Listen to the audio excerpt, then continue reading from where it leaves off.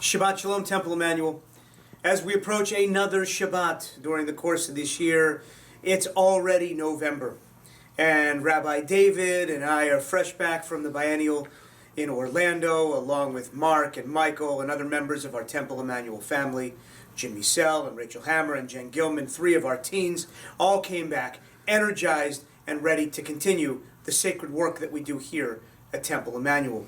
And that's exactly part of the message of this week's Torah portion of Toldot, which literally means generations. And we hear about the story of Isaac and Rebekah, who have two children, Jacob and Esau, who struggle in the womb. And they come out having a challenged relationship in their lives, eventually separating for 20 years before they reconcile. But we know very little about their lives as children, as the Torah doesn't give us much to work with. But what we do see is that we see that Esau's a hunter. We see that Jacob is not so athletic, likes to stay home, is a good cook. And eventually what the story and the Torah shows us, Esau goes out to hunt for meat for his father. He comes back empty-handed, and there Jacob is, at that moment with a wonderful bowl, a pot of lentil soup. And Esau's famished, he's hungry. He wants food, and he's a little sad that he didn't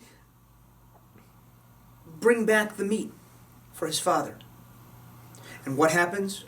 He looks down at that stew and he says, "Jacob, can I have some of that? I'm hungry. I'm starved." And Jacob looks up at him at that moment. And he says, "Sure, but trade me your birthright." Today, birthright may or may not have much value. Back then, it had incredible value.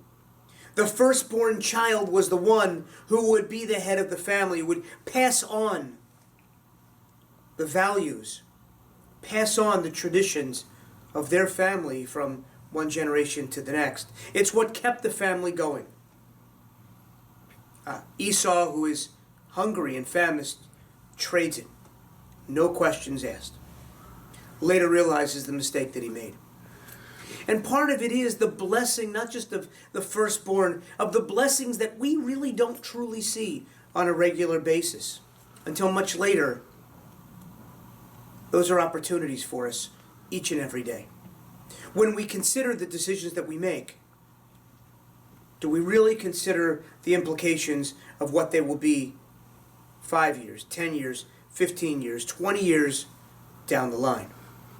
For those who have lived many decades, they can look back at those opportunities and see where they may have missed an opportunity and where they were right on and made the right decision.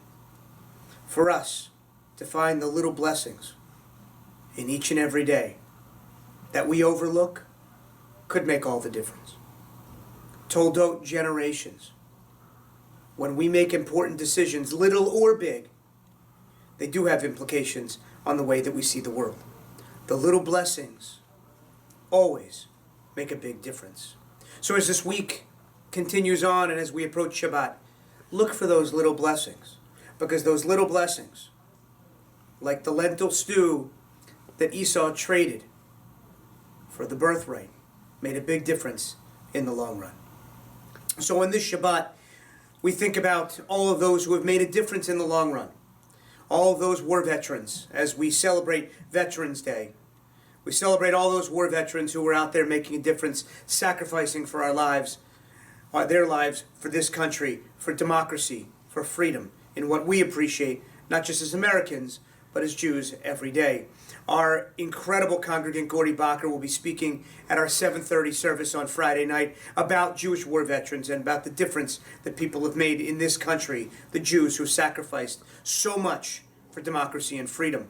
Please come and join us at our 7:30 service. At 6 p.m. prior to that service, we have a Tat Shabbat, followed by our Tat Luck dinner.